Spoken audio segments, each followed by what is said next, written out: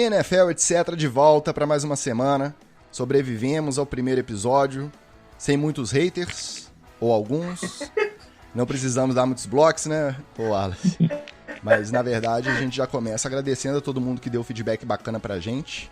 Aproveitar para mandar aquele abraço rápido para todo mundo da BFL, da CML, do Argentina ao c****, porque é foda esse nome de grupo, né? Do Greco, Grupo Revertério de Comunicação, daqui a pouco tem novidade aí. Nosso maestro Diego, do estúdio Orbital Sound. Nosso futuro designer aí, em vias de contratação para temporada, vamos ver os valores, né? O Guilherme Salles, todo o pessoal lá de Viçosa. Ao Luiz, que fez as vezes de hold, fazendo entrega de microfone aí pro nosso amigo Wallace. E, ô Wallace, aproveitando, já que você foi citado, já manda o seu olá aí e diz pra gente por que você tá sendo chamado de Lúcio de Castro Juiz Forano. Você faz ideia do porquê do apelido? Olá aí, e teve amigos aí me chamando também de Zé Trajano. Eu acho que tá com dois grandes jornalistas, então pra mim é uma honra. Trajano é por causa do cabelo, mas Lúcio de Castro eu não faço a mínima ideia. Deve ser pela minha pouca revolta. Não, depois você ouve o podcast que o Lúcio de Castro participa, que eu acho que você vai entender. E estamos aqui também com ele, o Vitorino, nosso Magal, para dizer, se ele assinasse um contrato de $500 milhões hoje, Vitorino, o que você compraria primeiro? O que eu compraria eu não sei. O que eu não compraria com certeza é uma Ferrari. Porque eu sigo os conselhos do grande consultor financeiro de jogadores de futebol americanos, Spencer Strasmore, esse eu conheço. Isso. Eu sigo os conselhos dele e ele fala que if it drives, flies, floats or fuck, lease it. Então, se você vai dirigir, voar, boiar ou depois você bota o pi aí, aluga, não compra. Eu não sei pra que o Mahomes comprou uma Ferrari, sendo que nos Estados Unidos ele poderia alugar uma de cada cor pra andar um em cada dia da semana. Mas, né, o dono do dinheiro é ele, quem sou eu, né, pra comentar. Prioridades. Então é isso, gente. No nosso primeiro bloco, a gente vai atualizar o panorama dos times nesse início de training camp, que de treino mesmo não teve quase nada, né? Basicamente testes e protocolos em relação à Covid. Na sequência, a gente vai discutir as famigeradas listas, os top 100, índices do Madden. E no final, a gente vai trazer as nossas lembranças sobre o aniversariante da semana. Ele, Tom Brady.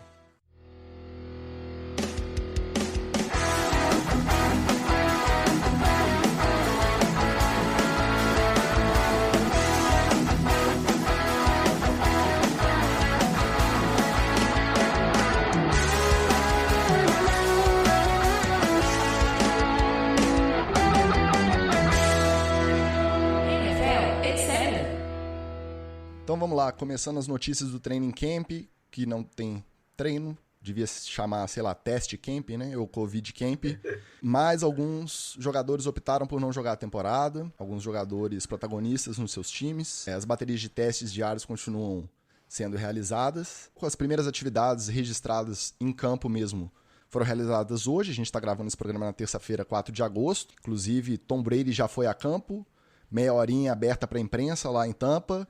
Alguns repórteres dizendo que nem parece que é a primeira vez que ele joga com esses caras, mas é lógico que não é a primeira vez, né? Porque ele furou o isolamento social e foi treinar lá no campo do high school contra a recomendação da NFLPA, então não parece que é a primeira porque não é a primeira. Mas vamos lá, o Wallace vai atualizar a gente sobre as últimas notícias dos testes e dos jogadores que optaram por não jogar a temporada.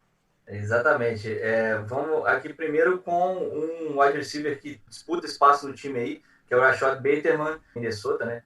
Optou por não jogar a temporada, também alegou motivos familiares, não é nenhuma doença pré-existente, e aí, como a gente disse no primeiro episódio, lá tem aquela diferença de contrato, mas ele optou por não jogar essa temporada. Quem também optou por não jogar, um linebacker que vinha crescendo muito, que é o Sky Moore, do Colts, também um cara importante na defesa, e realmente vai falta para aquela defesa do Colts, que já vem um pouquinho baleado do ano passado. Outro jogador que também preferiu não jogar, e ele alegou motivos familiares e está tendo um filho agora, né? A esposa dele vai ter um filho, é o Allen Hurns do Dolphins, e esse é uma grande perda pro Tua Tagovailoa, que vai estrear aí no Miami Dolphins. Provavelmente vão colocar o Williams, que torceu o joelho, voltar de contusão, mas mesmo assim não sabe em condição que ele volta, né? Agora, duas notícias curiosas são sobre quarterbacks. Nessa época de Covid, 2 quarterbacks que foram titulares no ano passado testaram positivo para Covid e dias depois foram retirados da lista de Covid sem alguma razão. E aí depois os clubes, né, os times, as franquias, tiram comunicados dizendo que o Minshew no Jacksonville Jaguars e o Matthew Stafford no Detroit Lions testaram positivo, foram colocados na lista de Covid e depois testaram 3 testes negativos e foram retirados da lista de Covid. Uma curiosidade do Matt Stafford é que eles testaram a família dele inteira. Então, haja teste para tanto filho que ele tem.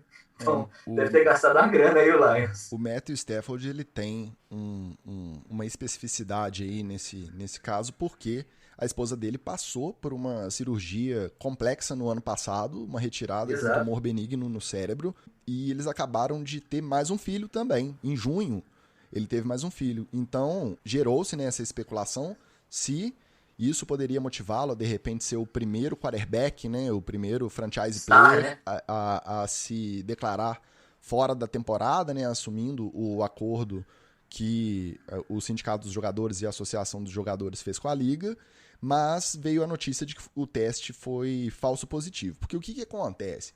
A Liga determinou que os jogadores que vão para essa lista de positivo na Covid não necessariamente testaram positivo para o vírus. Pode ser que eles tenham tido contato com algum familiar próximo ou estiveram próximo de alguém, algum amigo, algum funcionário, alguma coisa assim, que testou positivo.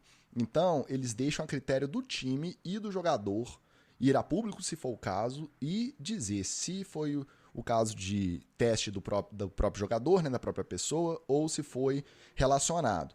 Teoricamente, quando o nome é incluído na lista, a gente não tem essa informação. No caso do Matthew Stafford, os Lions vieram a público e disseram que eles têm certeza que foi falso positivo, ou quase certeza, né? Porque foram realizados 6 testes sequenciais com ele em 6 dias consecutivos.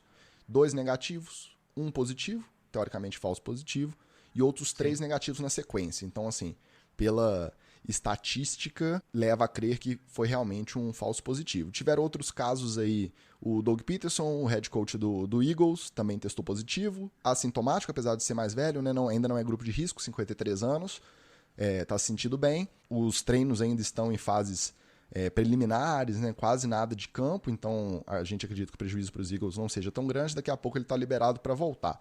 Dos que optaram por sair da temporada, eu lembrei agora também do CJ Mosley, né, o linebacker do Jets, depois daquela confusão toda da trade do Jamal Adams, o clima lá continua maravilhoso, e o caso dele é um desses casos que a liga começou a se questionar em relação aos motivos dos jogadores se declararem fora da temporada, não necessariamente envolvendo risco, filho recém-nascido, alguma coisa nesse sentido, porque jogadores em vias de renovação de contrato, na verdade os agentes, né, desses jogadores envolvidos em negociação de contrato para esse ano, podiam estar usando o fato de sentar ou não sentar fora da temporada como vantagem para esse tipo de negociação. Então, é complicado porque você tem que dar o benefício da dúvida, a gente não sabe caso a caso, por uma questão de privacidade, eles não deveriam ser obrigados a justificar, né, o porquê de estarem sentando fora da temporada para a temporada inteira, mas mesmo assim é complicado também estabelecer esses prazos. Teve uma questão que o prazo seria até uma semana após a assinatura do acordo com o CBA, que definiu todas as regras, né, em relação à pausa do contrato, o valor que seria pago a esses jogadores que não se apresentaram aos times para a temporada 2020. E esse prazo a Liga começou a questionar, as franquias, na verdade, né, os times, queriam que esse prazo fosse encurtado, justamente porque eles estavam sentindo esse tipo de ação dos agentes, principalmente dos jogadores que estavam para renovar o contrato. Ou também tem outro caso, né? O cara tá num time que ele sabe que não vai brigar por nada esse ano, um time desfacelado, não tô falando que é o caso do Mosley, não. Mas o Jets é uma franquia, o Jamal Adams, eu não sei nem se o Vitorino acompanhou, ele vai poder dizer. O cara saiu para forçar, né, uma troca, ele saiu falando mal da faxineira, do roupeiro, do cozinheiro do time, sendo que até 2 anos atrás ele foi, por exemplo, o principal jogador do time que fez pressão para atrair o Le'Veon Bell, quando o Le'Veon Bell fez o sit-out dele na negociação de contrato com os Steelers, e aí falou mal do técnico, falou mal do general manager lá, do gerente do time, né, o gerente executivo do futebol, Então saiu. É o Alexandre Matos do futebol americano. Exatamente, o Paulo Pelaip. Então ele forçou, os Jets até se deram bem, né? Conseguiram bons piques aí e ainda um safety, um jogador bom de Seattle. E como que você define? Não tem como. Você não tem como obrigar os jogadores a, por uma questão de privacidade mesmo, a dizerem porque, por exemplo, Damian Williams, running back dos Chiefs, mãe com mais de 70 anos e curada de câncer. Ele justificou e eu acho que está bem clara a opção dele por não jogar e não correr esse risco. Vitorino, como que você enxerga todo esse imbróglio desses jogadores que optaram por não jogar a temporada? Olha, eu acho muito complicado a gente falar em uma data, porque considerando toda a dinâmica da pandemia, essa data ela acaba sendo um pouco arbitrária, porque todas as razões que você teria antes dessa data, você também pode ter depois. E o cara que de repente fizer a opção por jogar e ele se vê numa situação dessa depois desse prazo, ele vai ficar na berlinda. Se ele tiver contato, e até mesmo se a gente for pensar internamente dentro dos times, alguém acaba sendo testado como positivo, todo mundo ali teve contato com uma pessoa que foi positivo. E aí? Os caras não vão poder fazer opt-out, não vai poder tirar o time todo. Eles vão ter que continuar jogando. Então, assim, essa data, essa colocação de uma data, eu acho ela um pouco arbitrária. Eu entendo a necessidade dela em termos de gestão do esporte, né? Em termos logísticos, em termos de organização. Não dá para você ter um roster flexível a temporada inteira, senão vai virar uma zona. Só que vamos combinar, é uma data bastante arbitrária, só para marcar daqui para frente pode, daqui para trás não pode, e eu não acho que isso vai funcionar muito bem. Tem um Eu até queria agravante. rever se eu pudesse, eu queria rever a minha previsão do último episódio sobre a quantidade de jogadores, porque eu acho que a gente vai bater os 3 dígitos antes de começar a temporada. Falei. Um agravante no caso dos jogadores que decidem não jogar a temporada é que é irreversível. Ele não pode decidir não jogar, não se apresentar ao time agora e depois reativar o contrato dele no meio da temporada porque ele passou a se sentir mais seguro ou porque a pandemia, né, ficou mais controlada, nada nesse sentido.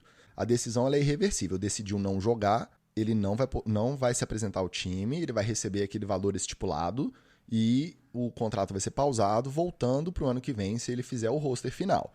Já se ele decidir jogar e decidir parar no meio, ele vai sofrer as sanções previstas em contrato, como se ele tivesse, independente do motivo ser, né, a pandemia, como se ele estivesse ausentando do trabalho. Então ele estaria descumprindo o contrato de trabalho dele e ele seria punido nesse sentido. Esse fato de ser reversível é o que faz com que esse prazo seja muito discutível. Os treinos começaram basicamente hoje, algumas rotas, né, ainda tentando guardar algum isolamento, quantidades pequenas de jogadores no campo por vez, justamente para não promover aglomeração ainda, mas a gente sabe que a realidade deles, por mais que eles já estejam dentro dos centros de treinamento, observando como que os protocolos estão sendo operados e tudo isso, eles só vão ter uma ideia dessa sensação de segurança mesmo quando eles estiverem alinhados 11 contra 11 no campo. Mas não vai dar tempo não, porque é quinta-feira, tá? Quinta-feira, famoso dia 6 agora de agosto, prazo final para poder dar a resposta, que é o opt-out, né? Que é o prazo final para poder o pessoal optar por jogar ou não a temporada. Também está no contrato $50 mil de multa para quem se recusar a fazer teste de Covid, ou seja, o jogador vai ter que desembolsar, particularmente $50 mil. A contratualização foi que as igrejas saíram do comportamento de alto risco, né? Multável, no caso. O time, a franquia pode multar qualquer jogador que vá um nightclub, né, com um clube, né, noturno, se for para bar ou para uma festa numa casa que souber que tem um jogador, eles podem suspender o jogador e multá-lo. Aí as igrejas estavam incluídas aí, já foram retiradas nesse novo atualização do acordo. Eu acho isso muito complicado, porque você imagina o seguinte, como a opção ela é irreversível, você imagina um caso até do próprio Detroit Lions, apesar que o caso do Matthew Stafford é um pouco diferente. Mas vamos imaginar, vai entrar eu esqueci o nome dele, que vai ser QB agora no Lions, é um cara que era de Purdue, se não me engano. É o David Blah. Isso. Vai entrar esse cara. Aí vamos dizer que 2 jogos, 3 jogos da temporada, esse cara lesiona. O Matthew Stafford vai estar fora não pode voltar, o Detroit vai ter que ficar o resto da temporada com o terceiro QB, que sabe Deus quem é. É só ligar pra nós, velho. Não tem problema não. Deve ser eu, de tão desconhecido que é o cara. Liga pra gente. E aí você vai ter toda uma temporada comprometida por causa de uma regra que, de novo, ela não está visando a dinâmica do jogo e ela não está visando a segurança. Porque se ela estivesse visando a segurança, você poderia, o cara optar em fazer um opt-out agora e lá no meio da temporada, a gente sabe disso. 2 meses, 3 meses dentro da pandemia é um mundo diferente. Tudo vai estar totalmente diferente do que a gente tem agora. Então a gente não sabe como é que é o cenário lá. Por que dizer para esse cara agora que, meu querido, ou você entra agora ou só 2021? Entendeu? Eu acho muito, muito complicado você fazer, mas imagina isso para outras posições. O meu primeiro RB sair, o meu primeiro wide sair, e eu vou ter que ficar com caras 2, 3 todo o resto da temporada. Assim. Não faz o menor sentido. Essa temporada vai ser toda esquisita mesmo, não tem jeito. Isso vai ocorrer durante a temporada inteira. E aí, para aquele jogador de fantasy moleque, aquele cara que o Deep Sleeper, o cara que está escondido é bom. Agora, para quem aposta só em medalhão, não é. Eu acho que finalmente esse ano no Fantasy eu vou poder cumprir a minha vontade de selecionar o Fantasy só pelos melhores primeiros nomes dos jogadores. Os Deshaun, Reandre, Jaquan. Assim, não quero saber dos stats do cara. Se o primeiro nome for diferente, for fora do comum, eu não quero nenhum John, nenhum James, nenhum Matthew, nada de nome básico. Se for só nome diferentão, eu acho que eu tenho mais chance de ir bem no Fantasy esse ano do que qualquer um que tentar usar alguma tática, alguma estratégia. Quem será que tem mais chance de sucesso? O time do Vitorino no Fantasy ou o Giants pro Super Bowl? Olha, o time do Vitorino Repetido no que eu Fantasy, sempre digo, o Giants sempre entra disputando o Super Bowl. E esse ano não vai ser diferente com o meu menino Daniel Jones, segundanista, voando. Olha aqui, eu já tenho um para você já, é Picasso Nelson, quarterback. Olha aí, já tá escolhido meu quarterback. Não, o quarterback não pode, tem que ser o menino Daniel Jones. Mas o meu segundo, picação da massa. Uma coisa que a imprensa americana tem abordado também em relação à questão do optar por não jogar é que essas definições, né, esses acordos são definidos entre as associações de jogadores que representam os jogadores coletivamente e a liga. Né? Quando a gente fala a liga, a gente fala pela associação dos 32 times, né, que representam o interesse dos donos dessas 32 franquias. Mas não tem nada definido dentro desses acordos, e especificamente em relação aos treinadores, aos assistentes técnicos, que são, a maioria não, mas boa parte deles grupo de risco, né? Tem uma nova geração aí que é bem mais nova, na faixa dos 30 e poucos anos, mas tem muito técnico veteranaço, assistente técnico veteranaço, e é a cabeça do time ali, no caso de se afastar por Covid, ficar quarentenado, vai ter alguém para assumir, vai ser dada a opção dele, de repente, se preocupar com um familiar próximo, né, que seja grupo de risco, e não tem nada específico em relação a isso. E também aos juízes. São 121 juízes escalados para atuar nessa temporada. Boa parte deles também já de idade avançada, né, tecnicamente grupo de risco. A única coisa que a Liga se manifestou em relação ao estudo para tentar deixar a tabela de escalação desses juízes nos jogos geograficamente mais próxima, evitar deslocamentos mais longos, mas eles vão estar dentro de campo, de repente separando briga, 22 jogadores ao mesmo tempo, ou quase isso, em volta dele. Então, assim, a questão da preservação do contato social para o juiz que estiver em campo, ela também não vai ser possível. E não tem nada em relação... Eles não têm salvaguarda nenhuma. Se eles optarem por não trabalhar, eles também não recebem. Basicamente eu tenho uma palavrinha para isso. Fumble. Pronto. Imagina o fumble. É jogador amontoado em cima de jogador, e a gente sabe que enquanto o árbitro não for lá e começar a puxar a gente, ninguém sai. É verdade. Vai fazer o quê? Não dá pra puxar com delicadeza, né? Tem que arrancar o cara. Se eu sou um árbitro do grupo de risco, eu deixo o pau quebrar. Assim, fica aí roubando bola até amanhã. Eu não vou entrar aí no meio. E aí, uma frase que eu ouvi também de um cronista esportivo deles é para os jogadores pegarem leve, para os torcedores pegarem leve nas redes sociais, não ficar xingando muito, não reclamando muito, porque um jogo mal apitado ainda é melhor do que não ter jogo ou não ter jogo apitado. Isso é igual pedir calma, torcedores calma, frase. Isso é impossível. É impossível ninguém xingar as zebras, é impossível que os jogadores não fiquem irritados. As pessoas vão gritar na cara deles, eles vão estar com o quê? Com face mask, né? Com, sei lá, o face shield, provavelmente. Mas vai ser insuficiente, é claro. O boné do juiz, lembrar que a cara do juiz, o boné faz parte de algumas jogadas, ele atira o boné para dizer que a jogada tá valendo, que Ou quando acaba a flanela, né? Jogo contra o Patriots, por exemplo, quando você marca 5 faltas no Brady, tem que jogar o boné também. Marcava, não então, marca mais. Agora é contra o Tampa Bay.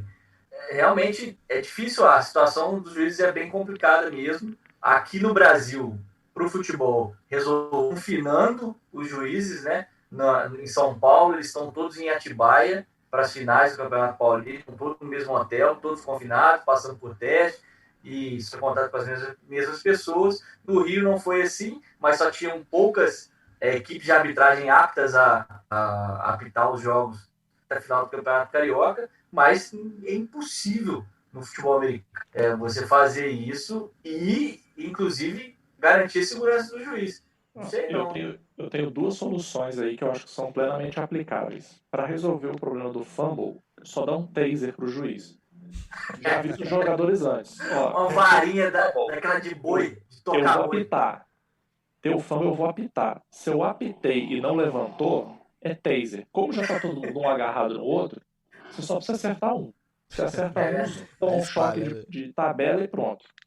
E para responder o negócio do boné, que eu acho que ia dar uma outra dinâmica pro jogo, é aquelas bombinhas de fumaça de mágico. Dava pro árbitro, aí onde ele jogaria o boné, ele joga uma bomba de fumaça, faz aquele... Aí todo mundo, caralho, ali ó, pronto. Ia ser uma sinalização melhor, inclusive, do que o próprio boné. Fora que ia dar uma plasticidade pro jogo também totalmente nova, né? Então, a revisão, nesse caso, do árbitro de vídeo fica até mais interessante, né? Porque a fumaça é bem mais visível na hora do replay. O que eu gosto desse podcast é que a temporada já tá tumultuada o suficiente, só com os embrólios jurídicos e questões de saúde, vocês ainda querem tumultuar mais a temporada 2020 da NFL. Eu vou te falar, viu? Mas eu não vim aqui para simplificar nada.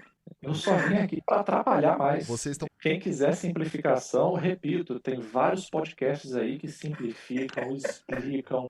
Eu só quero atrapalhar. Vocês estão parecendo, sabe quem? Ele mesmo, Odell Beckham Jr., que hoje ou ontem veio à tona uma entrevista dele de 2 semanas atrás. Dessa vez não dá pra tirar a razão dele, mas ele deu uma entrevista pro Washington Post. Por que ela foi divulgada 2 semanas depois, a gente não sabe. Mas ele tava naquele ápice de insegurança em relação aos protocolos, o que a liga ia fazer em relação a garantir minimamente a segurança dos jogadores. E ele foi taxativo falando que ele sente como um produto, né, do capital, do dono do time, como se ele fosse um objeto mesmo que estivesse ali só para atender aos interesses financeiros dos donos das franquias. Dessa vez não dá para tirar a razão dele, né? Odell, tem uma notícia para você. É isso mesmo. Se você achou que era diferente, ninguém nunca te enganou. É bonito até ver adquirindo consciência diante dos nossos olhos, né? Mas ele já devia saber que esse é o jogo, né? Ele não tem mais idade de universitário. Aliás, lá na universidade, o pessoal já está brigando por contrato de publicidade, por ganhar dinheiro. E estão usando a pandemia e isso seja colocado, a não ser que se coloque em prática. Provavelmente não vai ter esse ano, mas a gente não fala de college aqui. A NFL, ela é basicamente dinheiro, como vocês falaram no primeiro episódio, e a gente vai cansar de repetir esses fatos aqui. Os jogadores vão ser tratados como gado. Já pode até pensar em algum efeito sonoro para toda vez que alguma coisa for a culpa é do dinheiro, já tem um tchim. Ou se você quiser um negócio mais refinado, entrar um Money do Pink Floyd de repente. Mas por que a NFL vai fazer isso? Money! Aí o ECAD vem em cima da gente para direito autoral. Só terminando essa questão dos contratos aí. Tanto que o opt-out foi colocado financeiramente. Tem um preço para você optar sair e o quanto você vai receber. Não tem, nada está sendo tratado como se os jogadores soubessem, né? São tratados, eu disse aqui, como gado, mas são tratados, na verdade, como os reprodutores, né? São muito bem pagos, muito bem tratados, muito bem acolhidos e têm uma estrutura gigante. Agora, eles têm que reconhecer isso, que eles são pagos. Uma coisa que tem a ver também em relação a essa definição do prazo para eles poderem manifestar a vontade de não jogar a temporada é que depois dessa briga toda em relação à acusação da liga de que estava sendo usado de forma indevida por agentes de jogadores, os jogadores querendo mais tempo para poder avaliar as condições do centro de treinamento e decidir se correm risco ou não, ou se o risco é administrável para eles poderem jogar. O prazo definido a princípio era uma semana depois da assinatura do acordo do CBA. Eles assinaram o acordo ontem, então o prazo seria segunda que vem. Aí a liga, para não ficar em maus lençóis com os donos das franquias, decidiu que o prazo seria para quinta-feira. Mas, meu Deus do céu, se uma semana que estava prevista no acordo era segunda-feira, que diferença que faz esses 3 dias, encurtar o prazo 3 dias para falar que fez alguma coisa para agradar os donos dos times? Aí também é difícil, né? Como que você vai passar pano para os caras que fazem isso com 3 dias de diferença? Pelo amor de Deus, né? Não tem explicação isso não. É que em 3 dias alguém pode testar positivo e ter o retorno do teste positivo dele no domingo, por exemplo. Essa deve ser a única explicação que eu vejo plausível para isso. Quem testar na quinta e vier de Covid, por exemplo, positivo no sábado, ele já não pode falar assim, então eu não vou jogar. Ou a data é só arbitrária também, né? É verdade. Por quê? Porque 3 dias. Ok. All in favor? Yes. Pronto. O acordo já estava para ser assinado há mais de 10 dias. Então, querendo ou não, os jogadores até ganharam esse prazo, mas não dá para tratar também como ganharam, porque eles ainda não estavam treinando, eles não estavam vendo as condições gerais, né, de treino para poder se manifestar em relação a isso.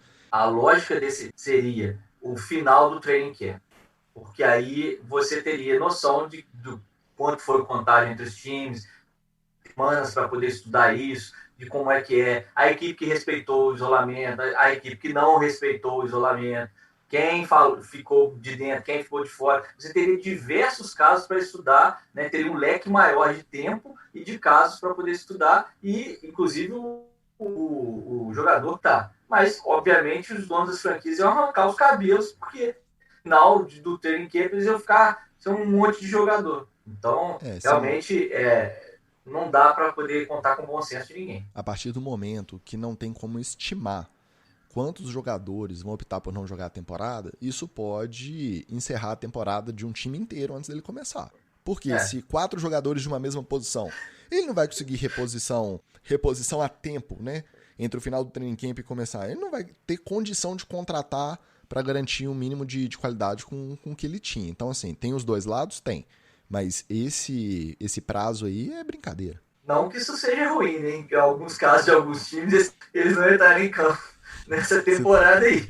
Se trocarem as linhas inteiras seria até vantagem, né? Seria reforço. O cheiro da fralda que tá vindo aí, eu acho que ia ser melhor se fosse, gente, vai todo mundo embora, vamos trazer, não tava treinando, não. Mas não vai ter essa opção. Ou talvez até eles aproveitem para dar tempo de jogo pra gente que eles nunca dariam, né? Pegar uns caras que entrariam talvez assim, naqueles finais de temporada que já não tá valendo nada, e botar esses caras para ao invés de ter 2 jogos, ou às vezes um jogo na temporada, os caras terem 6, 7 jogos. Porque de um ponto em diante, o que provavelmente vai acontecer pelo andar da carruagem é que vai virar um shit show, assim. Vai estar todo mundo jogando com reserva, com segundo running back, terceiro QB. E aí vai ter aqueles times que vão sentir que a gente teve menos perdas e tem mais chance, mas alguns times vão sentir assim que, cara, a temporada foi pro buraco, não tem o que fazer. Já que não tem o que fazer, é contenção de prejuízo, né? Então vamos pegar os caras que a gente está preparando para daqui a 2, 3 anos e dar mais tempo de jogo, vamos pegar os caras que estão, às vezes, retornando de lesão e vamos botar os caras para jogar, para ver como é que eles entram, o cara jogar menos snaps. Eu acho que de alguma forma, por mais que a gente brinque e tudo, mas com algumas coisas eu sou bastante otimista em relação a essa temporada, porque na medida que você tira um pouco aquele peso que a temporada normalmente tem, isso vai deixar com que os times sintam mais liberdade para experimentar algumas coisas, para ser um pouco mais ousado em algumas situações, para fazer coisas que eles nunca fariam, e talvez eles aprendam algumas coisas nesse meio de caminho, seja em termos de tática, em termos de gestão do time. Então, eu acho que pode vir coisa boa daí também. Uma porta fecha, abre outra e vai ter esse sentimento, né? Principalmente de como for a cultura do time, do técnico, de tipo, cara, não, eu posso contar com você. Então, já que você esteve aqui no momento difícil, que eu não tinha, né, metade da minha linha ofensiva, não tinha metade da minha linha defensiva, você ficou aqui, então eu vou tentar te priorizar. Mas assim, isso vai só até certo ponto, né? De um ponto para lá, o talento vai acabar falando mais alto. Então, os jogadores que optarem por não jogar, que têm certeza, têm uma carreira mais consolidada, têm certeza da sua qualidade, eles fazem isso com mais segurança do que um jogador que já tem uma carreira curta, né? A média do tempo de carreira do jogador da NFL, ela é muito curta. Os casos de quarterbacks que jogam 2 décadas, 20 temporadas, eles são exceção. A maioria, se eu não me engano, a média é em torno de 5 a 7 anos. Então, assim, o cara optar por já ficar de fora em uma, sem saber se ele vai conseguir voltar para a seguinte e passar para o corte final do roster, é uma decisão complicada também. São todos esses fatores que eles estão analisando. Eu acho que, de qualquer forma, esses termos vão ser ajustados no decorrer da temporada. Não sei se necessariamente em relação à extensão de prazo para quem quiser sair, sem prejuízo financeiro e do contrato, não necessariamente nesse sentido, mas principalmente na questão de cancelamento, suspensão de jogo por conta de um setor inteiro do time que testou positivo, sem conseguir reposição a tempo de fazer. O dano esportivo, né, o prejuízo esportivo pode ser muito grande, pode comprometer a qualidade do produto que a liga quer apresentar para essa temporada. Então eu acho que alguns ajustes serão feitos e resta saber, o prazo é sempre essa discussão, porque tudo que vai ser feito tem que ser negociado entre a liga e a associação de jogadores. Tudo tem que ser em comum acordo entre todos. E alguns jogos isso a gente já pode esperar. A queda em termos de qualidade dos jogos vai ser absurda. E a tendência dela é que ela seja crescente, né? O meu receio só é de que, por qualquer razão XYZ, algum time consiga se blindar melhor e acabe levando vantagem em relação aos outros times. Não acho que vai ser o caso dos times que estão tentando fazer bolha, por exemplo. Acho que vai ser mais uma questão até de sorte mesmo, de o time perder menos peças importantes, ou as pessoas, a maioria do time, se testar positivo, ser assintomático, então o cara retornar mais rápido, o cara não ter nenhuma complicação nem nada. E eu, particularmente, como eu odeio os jogos de pre-season, mas eu sou uma putinha de jogos de pre-season, porque todo ano eu falo que eu não vou ver porque eu só passo raiva, mas todo ano quando tem eu tô lá assistindo, eu não valho nada. Eu acho que a gente vai ter alguns jogos que vão ser estilo pre-season, assim. Lento, chato. Você falou da questão da tentativa de bolha. A gente já teve a primeira mais definida. O New Orleans Saints alugou 4 andares inteiros de um hotel em Nova Orleans e deixou opcional para os jogadores e para a comissão técnica, para todo mundo. Eles dividiram em níveis, né, os tipos de funcionário. Então, cada categoria de funcionário, desde o administrativo até o esportivo, eles são divididos em níveis para decidir prioridade de acesso ao centro de treinamento e a presença nessa bolha, nesse hotel que eles estão promovendo. Teoricamente opcional, só que é aquela coisa, você sabe que o cara que optar por não comparecer, por não participar, é como se fosse uma concentração, igual a gente está acostumado com a concentração do time de futebol em véspera de jogo. Só que é uma concentração que, a princípio, eles estão fazendo valer para todo o training camp. Então a expectativa deles é 4 a 5 semanas, com todos eles isolados. Nesse primeiro momento, acredito que até dos próprios familiares, do centro de treinamento para o hotel, do hotel para o centro de treinamento. E aí, como que você me estabelece até quinta-feira o prazo para o jogador decidir não jogar a temporada e depois um outro time vem e fala que a partir de amanhã todo mundo no hotel sem poder ver família nem nada. A gente sabe que esse trânsito dos jogadores entre centro de treinamento, jogos e casa apresenta risco nos dois sentidos. Ele pode tanto levar do campo para casa quanto da casa para o campo, porque um time não tem... É simplesmente impossível um time resguardar que todos os jogadores estarão livres de risco de contágio, seja tanto em campo quanto em casa. Mas se a moda pega, se os outros times decidirem fazer essas bolhas, né, centralizadas entre eles, essa concentração definitiva, eu acho que isso pesaria para algum determinado jogador em decidir se ele vai jogar a temporada ou não. É difícil o cara não ter segurança total e optar realmente, pô, vou. Mas também os sacrifícios que ele tem que fazer para poder ter essa segurança total são muito grandes. É isso que vai pesar. Esse peso na balança vai ter que ter. A vida normal com a atividade esportiva, né, do jogador de futebol americano. Mas como eu disse já, não acredito que vão respeitar. Eles vão ser multados, mas não vão respeitar. Só que você imagina o cara que se dispõe a ficar os 5 meses, né, juntando training camp e temporada regular, 5 meses concentrado no hotel. Lógico que vai ter algum momento, né, que eles devem abrir, testando antes e depois, para sair para voltar. Ó, em Las Vegas dá, tá? Las Vegas dá. No hotel de Las Vegas dá. Se não tiver um entretenimento adulto ali, um negócio assim, um charuto para fumar, eles não vão ficar. Pode botar o tchim aí, porque até o fato de ser multa já mostra que a questão não é saúde. Porque, pensando num ponto racional, o que seria? Meu querido, você burlou? Corte. Ah, não, é que eu fui ali cortado. Por quê? Porque você se expôs a um risco, você pode trazer um risco para o time. Aí vamos dizer que isso vai acontecer. Aí você faz o seguinte, o jogador, sei lá, foi pra boate, perdeu a linha total, peitou, beijou, lap dance, o escambau todo. Aí ele pagou a sua multa, vamos dizer um OL. Voltou, pagou sua multa, voltou para treinar, espalhou Covid na OL inteira. Aí você pega o seu QB1 e fala assim, meu querido, você vai jogar, só que a OL é toda reserva, tá?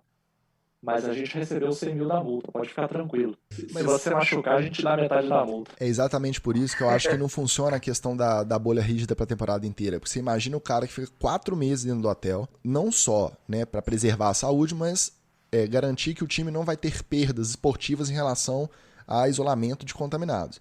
E aí me chega no final de semana de enfrentar um outro time, vamos colocar aí, o Saints está lá quarentenado para a temporada inteira. Não é o caso, é situação hipotética, por enquanto. E aí ele vai pegar o Bucs. Aí o Bucs tem a linha inteira contaminada para o jogo que vai ser o que vai definir a conferência aí no domingo. É óbvio que o Tampa vai fazer... Gente, o Tom Brady tá lá. Se não fizesse antes, agora eles vão fazer. Eles vão enrolar o tapetão e dar na cara do Goodell. Enrola o tapete e dá na cara do Goodell e fala, gente, não tem como jogar. Adia isso aí. Já tem um cronograma para adiar. Aí o cara que ficou lá 4 meses dentro do hotel sem ver o filho... vai falar assim, porra, eu sou o trouxa, né? Eu preservei o time, eu preservei os meus colegas de prejuízos esportivos em detrimento do meu contato pessoal e familiar. E aí o outro time que não seguiu as mesmas regras, ele vai ter o jogo suspenso, né? Vai poder voltar depois que o time titular tiver restabelecido. Então, pra que eu fiz o meu isolamento? Então, pra você entender, a NFL vai virar um grande brasileirão. É isso aí. Se fosse o Brasileirão, imagina a multa do Corinthians para cada jogador que não ia testar antes da final do Paulista. Eu diria até mais. A internet vai virar um Brasileirão, mas vai ser um Brasileirão 89. Não, 2020. 2020 já começou a adiar jogo, já. Não, basicamente a NFL e o Brasileirão vão ser o mesmo. É gente do staff do time tendo que ir na zona buscar o cara, entendeu? Jogador pulando cerca de hotel, aí vai ter a galera do Teams e Esportes lá. Olha lá, ó, LeSean McCoy pulando a cerca do hotel, e o cara olhando para um lado pro outro assim, dando aquela pulada de cerca. Vai ser esse naipe aí. É a concentração para a Copa de 90 na toca da Renato Gaúcho, Leandro e todo mundo aí. Isso. Não duvidaria se algum jogador da NFL contratar o Romário para ser um consultor de como burlar a concentração. Aí quando chegar lá, a gente vai parar de buscar a nossa pauta na ESPN, no próprio site da NFL, vai buscar no TMZ, no Fuxico. Exatamente. Vai ser o NFL, etc., featuring TMZ Sports.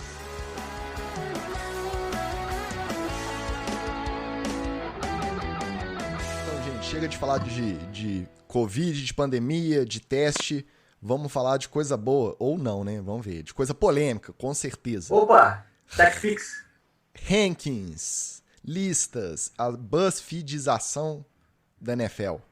É uma cultura que tem lá muito forte, né? Cada canal faz o seu próprio ranking, Tem os Power Rankings durante a temporada e nas redes sociais é uma brigaiada. Os jornalistas são xingados, eles xingam de volta, os torcedores não aceitam a posição dos seus próprios times. E, recentemente, a que causou mais polêmica foi a lista do top 100 jogadores para a temporada 2020, feita pela NFL Network. Só que, antes da gente passar pela classificação de cada um nessa lista, essa lista ela foi promovida entre os próprios jogadores, né? São os próprios jogadores que votam. Eles votam em 20 jogadores que são pontuados do primeiro ao 20º lugar. O primeiro ganha 20 pontos e o último ganha 1 ponto. E no somatório total desses pontos eles definem um top 100. Só que essa lista é feita em novembro da temporada anterior, porque eles usam a votação do Pro Bowl, né, que é feita ao final de cada temporada, para fazer o da NFL Network também, esse top 100. E isso é divulgado no off-season, justamente para ter assunto, eles fazem uma série. Numa temporada normal, né, numa off-season normal, eles fariam isso em 10 semanas, cada semana apresentando 10 colocações. Como essa temporada está tendo muita pauta, né, muito assunto por conta da pandemia, eles fizeram um compilado em 4 dias para apresentar a lista completa. E o primeiro lugar da lista é ele, Lamar Jackson, o atual MVP da temporada regular da liga. E isso causou um rebuliço, né, nas redes sociais e na imprensa esportiva de como que o Patrick Mahomes não é o primeiro, é o Lamar Jackson. E não só não é o primeiro, o Patrick Mahomes é o quarto. Ele ainda vem atrás do Russell Wilson em segundo e do Aaron Donald em terceiro. Então, assim, se eu não me engano, em novembro, o Mahomes ainda estava machucado. Sim. Ele ainda não tá. Ele estava no banco, estava se recuperando. Então, assim, o pessoal parece que não dá esse desconto, esse distanciamento para a época da votação. Então, pelo menos, eu só não vou reclamar mais dessas listas, porque pelo menos tirou um pouco o foco da questão dos protocolos de saúde e dos contaminados, e teve alguma coisa para discutir fora desse critério da pandemia. Mas olhando a temporada inteira, até mesmo considerando o Super Bowl, o Mahomes não jogou o que o próprio Mahomes jogou na temporada anterior. Não discuto que o Mahomes é um dos grandes talentos da liga, que poderia estar ali na primeira posição justamente, mas ele não jogou, ele mesmo já jogou anteriormente. Então não adianta a pessoa aí ficar bradando e falando que tinha que ser o primeiro e tal. O Lamar Jackson, pela temporada que fez, merece estar no lugar, merece muito esse reconhecimento dos atletas, o que já demonstra que ele vai ter uma temporada muito difícil esse ano. Não adianta você ficar com esse sorrisinho no rosto aí, não, Dicas. Por quê? Porque o Lamar Jackson vai ser muito marcado. Esse cara vai ser o foco total da defesa, vai ser esse ataque que se provou até muito mais dinâmico do que o ataque mesmo do Kansas City e do San Francisco 49ers que fizeram o Super Bowl. Eu acho que isso serve de alerta para o Lamar, ficar esperto de que ele foi marcado. Agora, o Russell Wilson em segundo lugar é que, pelo amor de Deus, não dá. O Wilson fez uma temporada burocrática. Os padrões de Russell Wilson, ele fez uma temporada até de médio para baixo. Eu, inclusive, colocaria o Aaron Donald um pouquinho mais acima, e aí meu top 3 seria o Lamar Jackson, o Aaron Donald e o Mahomes. Eu acho até o seguinte, esses rankings lineares, assim, eles dificilmente fazem sentido, porque eles partem... Isso é para causar polêmica, né? Eles partem de um pressuposto que todo mundo é igual, só que você é um pouco mais ou um pouco menos do que os outros. E, na verdade, não é assim que funciona. A gente sabe, mesmo que eu pegue todos os QBs, eles não são iguais. Você tem QB que é móvel, você tem QB que é fixo, você tem QB que é mais passador, você tem QB que dá mais flexibilidade, o cara pode correr, o cara pode passar. Você tem QBs que são mais conservadores, tem QBs que são mais ousados. Então, quando a gente parte dessa ideia de que tá todo mundo numa linha, vamos ver só quem tá mais para frente do que quem, a gente sempre vai ter essas distorções todas que a gente tem aí. E uma coisa que eu acho que também atrapalha um pouco essas listas é que o pessoal nunca pensa no conjunto da obra. Todo mundo acaba sendo mais ou menos influenciado por alguns eventos que acontecem ao longo do ano. Então, se você pensar assim, Por exemplo, eu sou um jogador, eu vou lá fazer minha lista. Qual jogador você acha que para e fala assim, não, peraí, deixa eu abrir meu computador aqui, pegar os Olhar stats de todo stats. mundo, deixa eu dar uma pensada aqui. Ninguém faz isso. O cara já tem na cabeça dele uma ideia que é totalmente dele, de, quem que é o melhor QB? É o Lamar, com certeza. Não, mas por quê? Porque pô, o cara é foda demais. Não, mas não estou discordando. Só quero dizer assim, em termos de stats, vamos lá. Por que que ele é? Não, ele é. E pronto. Então, acaba que a lista, eles fazem esse sistema aí de 20 pontos, aí você dá pontuação e 30%. Blá, blá, blá. Cara, isso aí é igual o Oscar, entendeu? Não, Vai quem a academia acha que o que é, você tá não tem falando, o lógica, que você tem tá vezes que o falando, negócio é contra-intuitivo mesmo, e é isso aí. o critério subjetivo pesa muito. E assim, lógico, o Lamar teve uma temporada sensacional, temporada de MVP merecidíssimo, claro que teve. Mas ele é um cara de grupo. Dá pra ver que ele é um cara que, tipo assim, ele tem um carisma ali também. E isso com certeza pesa. Não só a gente. Você falou dos 30%, né? O número total de jogadores que votaram nesse ranking não chega a 30% do total de jogadores que disputaram a temporada 2019. Então, assim, ainda é uma parte que pode ter distorção. A gente não sabe, né? Geralmente eles são os capitães que votam, os capitães de cada setor, etc. Mas mesmo assim, não tem garantia de que isso vai ter estatisticamente uma representatividade em relação ao todo. Então, esses critérios Eu subjetivos acho. pesam muito. Se o cara jogou Ah, contra e ele foi lá, me deu um abraço, eu gostei de. Trocou camisa comigo. Pô, esse cara é legal demais, vou dar o voto Pode nele. trocar camisa, mas não. Calma, isso aí. até sendo um pouco polêmico, eu acho que o ranking do Madden ele ainda é melhor do que esse top 100 aí da NFL. Deixa eu É, só, antes de falar do Madden, só dar dois destaques aqui do top 10 da NFL. O Christian McCaffrey está na lista, não vale time, só vale jogador. Então, como ele é um time inteiro, ele é o cara, pode dizer só ele, então ele não podia estar nessa lista.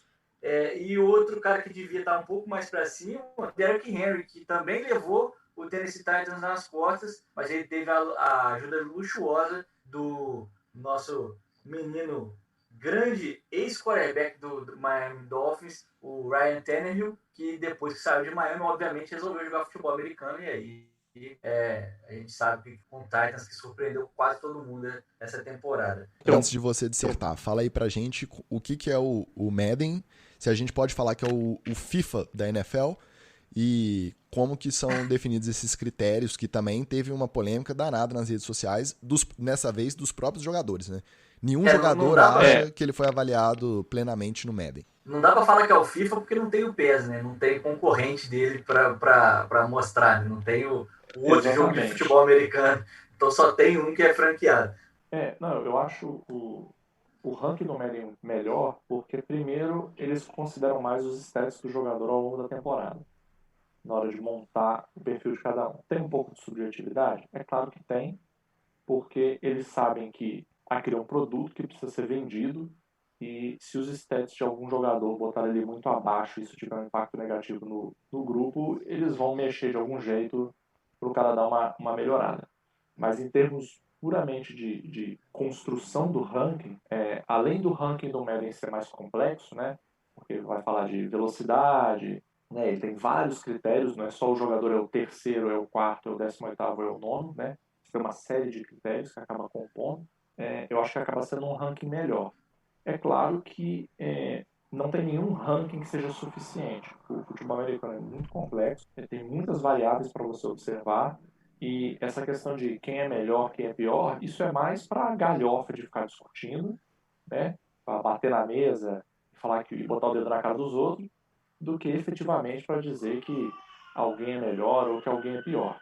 O que eu acho que falta nos dois rankings, e principalmente no caso do Madden, eu acho que ia fazer uma puta diferença no jogo, tinha que ter assim um índice de um shit show index, assim. Qual é a chance do cara de fazer uma merda? Que fosse diretamente ligado ao swag dele. Então, por exemplo, você pega um Odell Beckham, swag alto, chance de fazer merda alta. Você pega o Antônio Brown, swag alto, chance de fazer merda alta. Você pega um cara mais família, um Philip Rivers, um Tom Brady, swag um pouco menor, chance de fazer merda quase zero. Né? A chance do Philip Rivers é fazer mais um filho, mas fazer merda mesmo assim ele não vai fazer. Big Bang. swag meio baixo, chance de fazer merda altíssima. Então, eu acho que isso tá dentro do jogo do Madden, isso traria uma dinâmica interessante que você poderia, assim, estar jogando e aí no meio do jogo rolar um lance assim de seu jogador brigou na boate, tá suspenso 2 jogos. Aí você não poder jogar Então, com ele. Eu, é, inclusive, faço uma referência aqui a um joguinho muito bacana de futebol americano. É um jogo underrated, ninguém presta atenção nesse jogo. É um jogo para celular que chama Retro Ball. Queria dar o meu abraço aqui pro meu outro cunhado Thales, que me apresentou esse jogo. É um joguinho de futebol americano todo anos 80, que você, todo pixelizado assim, né? 8-bit, que você vai controlando o seu roster e os jogadores fazem merda. então, Então, durante os jogos, entre um jogo e outro, você tem a opção assim de jogador tal foi visto na boate. Você vai dar uma multa nele, aí você reduz a moral dele, né? E quanto menor a moral, pior ele joga. Ou você vai passar a mão na cabeça dele, aí você reduz a moral do time. Então você tem que ir tomando essas decisões de, pô, o cara foi pego na boate, não, vou brigar com ele. Aí, não, esse aqui eu vou passar a mão na cabeça. E aí tudo isso vai ter um efeito. Então é uma lógica muito melhor do que a do Madden. Para quem não conhece, eu recomendo baixar. É de graça e é divertidaço. eu acho que ia dar certo se tivesse um modo carreira no Madden. Eu não sei se tem modo carreira, igual tem no FIFA, por exemplo, e tal, e que você pudesse optar por fazer besteira. A galera te chamou pra você ir na boate, você vai ou não vai? Aí chegou na boate, tem lá uma menina te dando mole, você já não vai. Se tivesse o índice de swag, quando você fosse pra boate não fosse pego, seu swag aumentava. É, mas aí o problema é colocar Olha aí. outros jogadores, os jogadores de verdade nessa situação. Porque a quantidade de processo ia ser infindável. o videogame, a Forte, quem fizesse videogame, a Rockstar, essa é a cara da Rockstar fazer, né? Mas a Rockstar, quem fosse fazer, ia tomar processo atrás de processo Pô, atrás de cara, processo. nesse ponto eu confio nos advogados americanos. Se tiver um jeito de fazer uma brecha para ganhar mais dinheiro, os caras vão arrumar uma brecha para ganhar mais dinheiro. Pode ficar tranquilo. Os caras já reclamam semanas e semanas seguidas por conta da nota de velocidade que o jogo deu pra eles. Você imagina uma nota de swag. Mas a função do jogador é reclamar, né? Me Não, botaram no numa caso, lista, eu não sou o number one, eu vou reclamar. é verdade. Olha, eu entendo os argumentos dos senhores, mas eu acho que os senhores estão 100% enganados, uma vez que o líder do top 100 é o Lamar Jackson e a capa do Madden é o Lamar Jackson, não tem mais nada a ser discutido, os rankings estão certíssimos. Eu já Eu falei só pra vou, você. eu só vou contar pro senhor então uma historinha que talvez você esteja desconhecendo de um rapazinho chamado Colin Kaepernick, que no seu primeiro ano ele deitou todo mundo com seu read option maravilhoso. Ninguém conseguia pegar esse rapaz. Inclusive um dos melhores read options que ele já fez foi contra o Miami Dolphins do Wallace aí. Não, não. Fez um Isso, read option obviamente, maravilhoso, correu pela obviamente foi a minha esquerda defesa que e fez facilitou. TD. O read option Obviamente foi. fantástico. O read option fantástico. O que aconteceu no ano seguinte? Todo mundo aprendeu read option, ele não conseguia fazer mais nada. Então pode ter certeza que se teve uma coisa que as defesas fizeram esse ano, foi estudar todo o filme do Lamar Jackson. Reassistiram o jogo, olharam o tique, aonde que ele mexe o olho, se ele pisca, se ele bota o braço mais pro lado, a mão mais pro outro, se o pé dele entorta. E esse ano ele vai ter muito mais dificuldade, porque ele não vai fazer essa gracejada toda de sair correndo a hora que ele quiser, igual ele fez ano passado. Não estou dizendo que ele não vai conseguir correr, mas se ele não conseguiu avançar e se desenvolver mais em termos das armas que ele tem para botar em campo, esse ano ele vai passar um pouco mais de perrengue, não vai ser aquela maravilha do ano passado, não. Não tô preocupado, sabe por quê? Você confiaria num médico que fez 100% das suas aulas da faculdade de medicina à distância para te operar? Então as defesas estudaram 100% em vídeo, não vai ter tempo de treinar, vai chegar no campo lá, só vai ver Lamar passando do lado, Lamar passando do outro, Lamar lançando. Depois a gente conversa. Quando chegar lá a gente conversa. Não vai ter pra ninguém esse ano, não. Esse ano é tudo nosso. Uma coisa também, a reação do Mahomes, que a gente esqueceu de falar na lista do Top 100, foi muito boa. Ele só tweetou a notícia do ranking, retweetou, e um emoticon de caderninho e lápis, como quem diz. Tô anotando. É lógico que ele vai estar com a ressaca do Super Bowl esse ano, também não vai arrumar nada, vai vir calminho, não vai querer aprontar pra cima de ninguém não. Ou vai? O nome Ele disso é tem mais arma, ranço. né? Ele tem mais armas, né, Vitorino? Eu acho que até porque o Lamar ele tem mais armas para poder contar, Cara, porque o time está mais pronto. você acabou de assinar o maior freaking contrato do mundo. Você tá preocupado com listazinha de ai, ai, não gostei, estou anotando? Cara, na Na moral, cabeça. se eu fosse ele, eu tiraria uma foto deitado semi-nu dentro da minha Ferrari, escrito assim, lista? Que lista? Com o boné do Royals, né? Com o boné do Vamos Royals, à parte. Mas a verdade é que ele fazendo isso, ele demonstra que a cabeça dele não está fora do futebol americano. Porque tudo que houve nessa off-season envolvendo o Mahomes foi fora do futebol americano, né? Foi a compra do Ross, a Ferrari, a viagem que ele voltou, entendeu? É realmente muita coisa fora. E aí o que o Ticas falou, pode ser a ressaca do Super Bowl batendo aí. No índice de swag do meu Madden, ele perdeu alguns pontos aí com esse rancinho, vingancinha de ai, ai, estou anotando, não gostei. Acho que ele poderia Qualquer ter dado coisa uma que sirva resposta para motivar muito o cara. melhor. O Brady também não ia deixar passar, né? Pô, ele tá muito ativo no Instagram, essa off-season. Tá até postando treino que ele não podia fazer e tá fazendo. E aí postou uma foto dele treinando e com a legenda: o ano do quarterback móvel. Ele É outro. tem a mobilidade e o status, né? Pra que essa respostinha? Você pode Sinceramente, até achar eu acho que que seria sido uma resposta melhor a mãozinha cheia de anel de novo. Você, A lista, não sei o quê. Ah, queridão, aqui, ó. Cheio de você anel. pode até achar que o Mahomes pode ficar tranquilo lá na Ferrari dele e não tinha por que ficar tretando no Twitter por conta de lista. Mas o Brady, você sabe que ele faz com gosto, né? Ele caça uma treta. Brady, essa temporada do Brady é igual o Ronaldo no Corinthians, entendeu? É aquele O retorno Adriano. assim, eu quero dar uma brincada aqui antes de aposentar. É só isso. Antes da Entendeu? Ele gente só não entrar. vai chegar com aquele barrigão do Ronaldo, porque o Ronaldo já estava muito mais descansado do que o Brady tá. O Brady ainda tá no sangue no olho de jogar. Mas mais um pouquinho, ele aparecia com um barrigão no treino e pronto. Pera aí que a gente já vai falar O, do Brady no último bloco. o número dele, eu achei que ele ficou alto nesse ranking. Achei que 14 é muito alto para ele. Achei que New England afundou também por conta de vários erros dele, forçando jogada que ele não, quando não devia. É um cara muito talentoso e quando o time precisou dele, teve lá, mas esse ano ele errou bastante e não pareceu realmente. Sendo que dos 14, na verdade, ele é o 14º, né? Dos 13 à frente dele, só 4 quarterbacks, né? O Lamar em primeiro, o Wilson em segundo. O Mahomes em quarto na posição geral e o Brees, se eu não me engano, em nono. E o Drew Brees, ele tinha realmente, antes dessa temporada que ele vai falecer, infelizmente, atropelado por uma jamanta, ele tinha chance de quebrar recordes, né? Ele chegou perto de quebra de recorde. O Drew Brees está em outra vibe de carreira. Ele já está nessa hora de não só tentar levar o New Orleans Saints a um Super Bowl de novo, mas bater marcas pessoais de outros quarterbacks.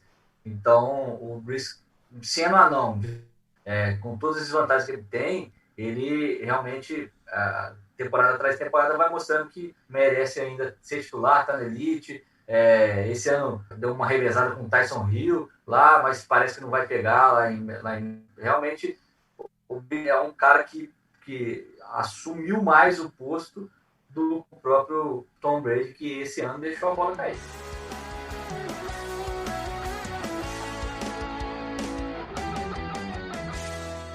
E vocês já começaram a falar no Brady, na posição dele, nos rankings, um pouquinho pra baixo, um pouquinho pra cima, mas ele tá sempre lá, né? Acabou de completar 43 anos, no dia anterior a essa gravação, dia 13 de agosto, soprou 43 velhinhas. E pra comemorar o aniversário desse cara que a gente ou ama ou odeia, no caso nós três aqui do programa odiamos, não chega a tanto, né?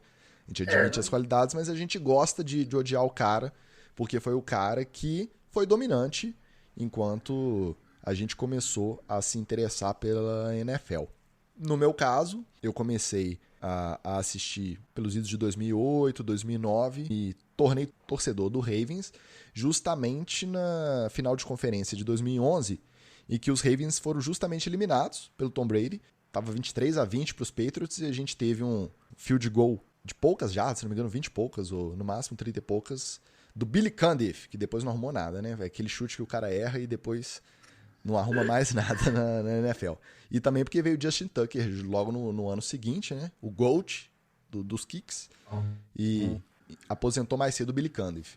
Então, nesse ano eu comecei a torcer. E aí quem antagonizou ali, né? Quem eliminou o time que eu me identifiquei foi justamente o Patriots. E além, por mais que a gente seja etc, que a gente tem uma visão mais progressista, diferente, pô, a NFL já é um esporte imperialista por si só, patriota. E você vai torcer para um time que chama Patriots também, com a política do your job, com Tom Brady, com Bill Belichick. Então, assim, é complicado, né? Mas é bom odiar esses caras.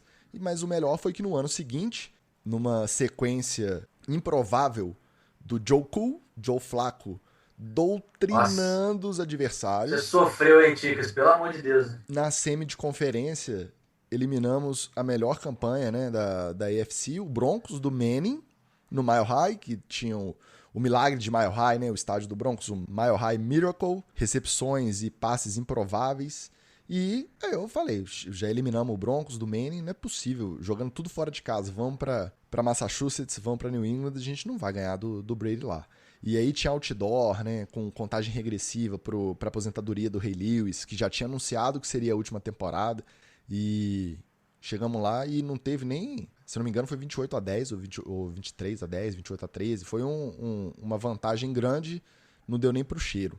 E essas lembranças do Brady, um pouco mais jovem, mas nem tanto, né? Porque já era velho na época, foram as que mais me marcaram nessa rivalidade de conferência. Não é de divisão, mas é de conferência. E a de vocês? Bom, eu acho que dos três aqui, eu que comecei a assistir NFL mais tarde, né? Eu comecei a ver ali em torno de 2011, 2012. Eu confesso que eu fiquei dividido entre o Giants e o Ravens quando eu comecei a assistir futebol americano, muito levado pelas atuações do Ray Lewis, que eu sempre achei assim fantástico, mas o Giants me ganhou mais pelo conjunto, né? Na época, o time com Manning, Vitor Cruz, Ahmad Bradshaw, Jason Pierre-Paul. Então, foi um time que me ganhou, né? Já teve time, o Giants. Sempre tem, todo ano tem. E aí, a minha lembrança do Brady é exatamente o Super Bowl de 2012, porque eu vim acompanhando, eu tive uma antipatia do Patriots natural, assim, logo que eu vi, porque eu sou uma pessoa de bom senso e tenho minhas habilidades cognitivas em dia. Então, eu logo tive uma antipatia pelo Patriots. Mas eu vi que o Tom Brady era um cara diferenciado. E todos os esportes que eu acompanho, eu sempre gostei de assistir esses caras que são diferenciados, independente do time deles, de não ser do meu time. Mas, quando chegou no Super Bowl, eu assisti sozinho em casa e, para mim, foi muito emocionante, assim, ver a disputa do Giants. Tinha aquele ranço do Brady já ter perdido um Super Bowl pro Giants. Podem falar o que quiserem, mas para mim o Eli Manning voou esse Super Bowl, assim. Ele voou, a atuação dele para mim foi histórica. E terminar do jeito que terminou, né, com o Bradshaw tentando parar para não fazer o touchdown, mas caindo sentado dentro da end zone, o Brady mandando aquela Hail Mary no final para aquele momento, agora eu se consagro, e não se consagrando. Então, por mais que eu admire o Tom Brady, assim, eu gosto de falar mal pela galhofa, né? E também porque o torcedor do Patriots tem mais é que ouvir mesmo e ficar calado. Mas o Tom Brady é um cara fantástico, não tem como negar, assim, não só pelos resultados, mas fora de campo também. Ele é um cara muito sério, muito profissional. Só que sou torcedor do Giants, né? Então eu sempre vou ter aquele gostinho de eu deixei você com melzinho na boca 2 vezes seguidas.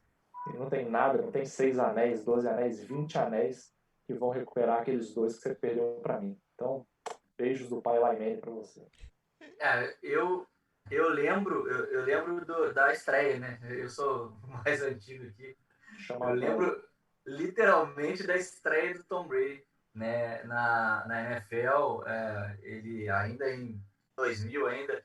E é por isso que eu digo que foi feito pelo sistema, porque o sistema do New England Patriots se encaixou tanto com a personalidade como com o estilo de jogo moldado para que ele jogasse. Mas não dá para negar o talento. O Tom Brady realmente vai passar para a história como o maior quarterback de todos os tempos, mas ele não era o mais fantástico e nem nunca foi o mais ele é um grande manager, ele é um grande cara para essa tática de curtos, e de repente uma bomba, avanços baseados num pivô de basquete, que é o Bronk, né?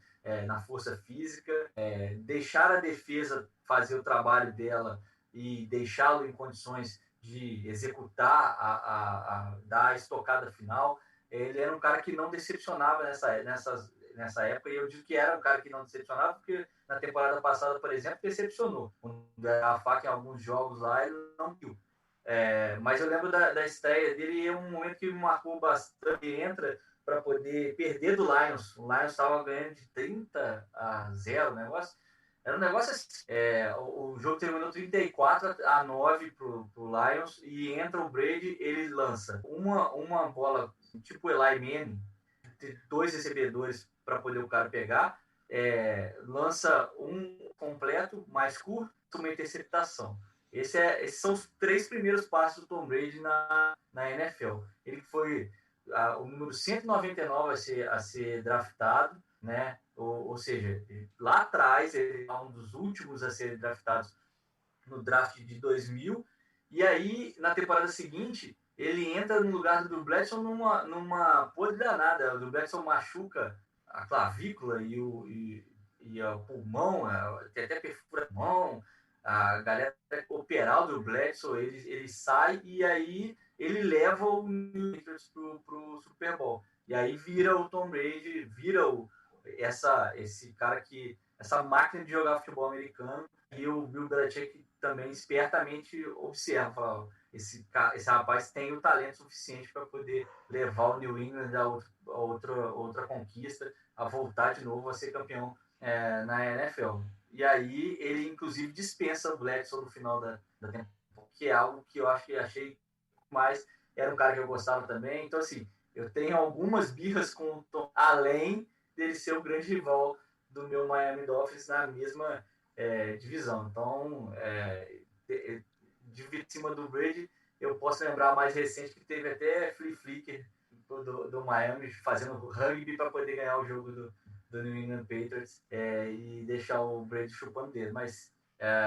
acho que é um cara que merece todas as glórias que tem, só não é alguém que eu gostaria de tomar uma cerveja.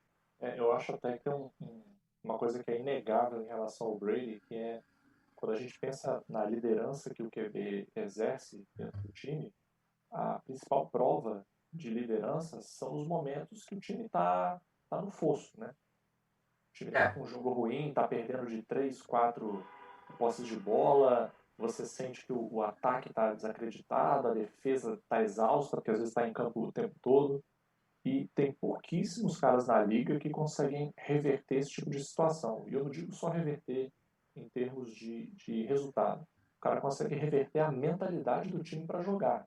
Mudar o olhar do companheiro, né? De você chegar, não, vamos lá, galera, dá tempo, gente, vamos lá, vamos lutar. Isso aí qualquer um pode falar. Mas de realmente você ter um efeito no time, são pouquíssimos caras. E o Tom Brady é um cara que sempre conseguiu, quase sempre conseguiu fazer isso, né? Quase sempre conseguiu fazer isso, mas em inúmeras situações ele fez isso com maestria. Assim como o Mahomes fez no ano passado no Super Bowl, que eu já achei assim, mais do que esse swagzinho de dar passe sem olhar para a bola e né, eu acho que o verdadeiro QB você vê nesses momentos. Seu time está perdendo, é pressão total, tá todo mundo desacreditando, metade do seu roster ou mais acha que não vai dar, e você consegue, com a sua liderança, fazer o pessoal acreditar e virar. E nisso aí o Tom Brady a gente só tem a bater palma para ele mesmo. Ele ganha muito argumento fora, né?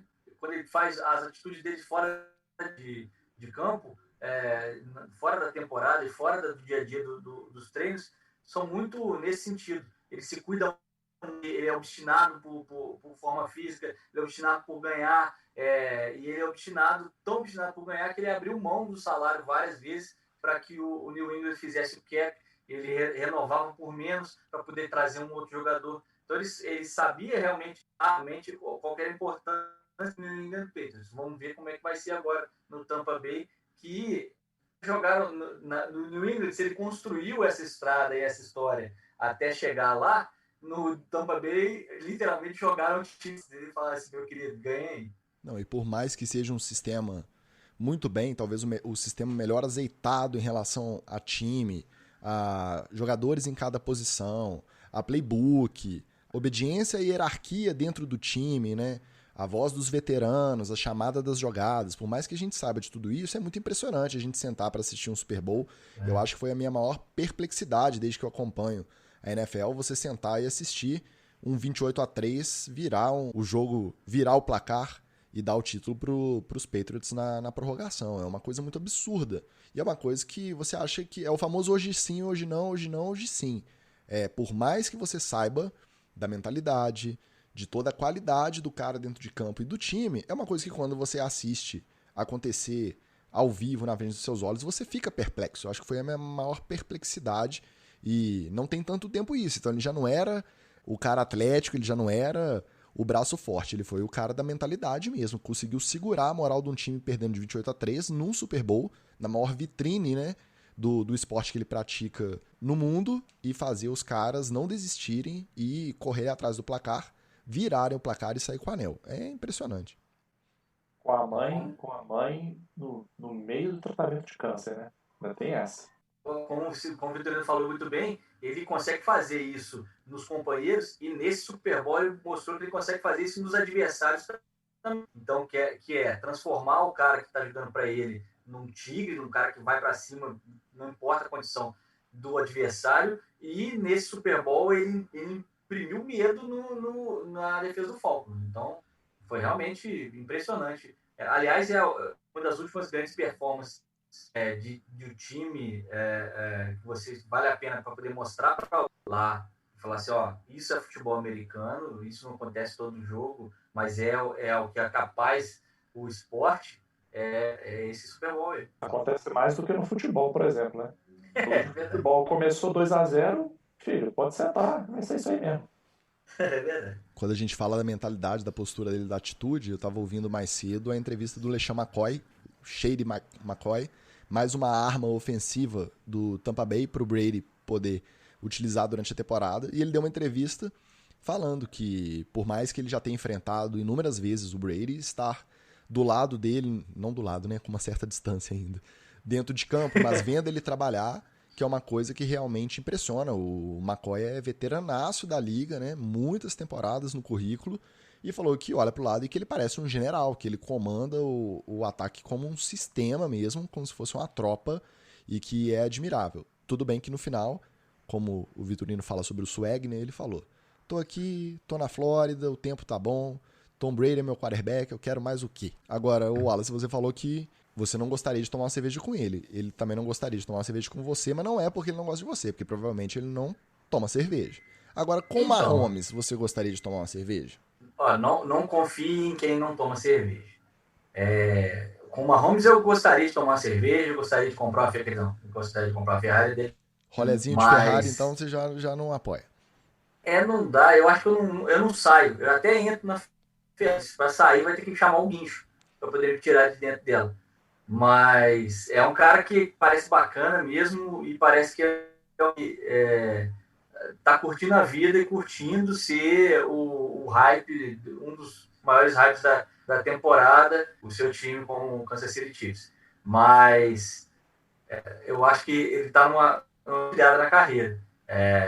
Ele fez um contrato gigantesco, ele está rico para o resto da vida, ele vai ficar assegurado por 10 temporadas, digamos assim, fora que ele vai ter que mostrar se ele quer passar para a história como o maior quarterback de todos os tempos, se ele quer chegar ao patamar desses caras aí, Manning, Brady, Drew Brees, Aaron Rodgers, gente que já tem um nome na história, assinado na NFL, ele vai ser realmente a grande jovem promessa que acabou estragando tudo por causa Eu não gosto muito de discutir contrato de NFL porque são tantas variáveis e ressalvas que para você se debruçar e entender, eu acho mais legal a manchete. A manchete é 10 anos, 500 milhões de dólares.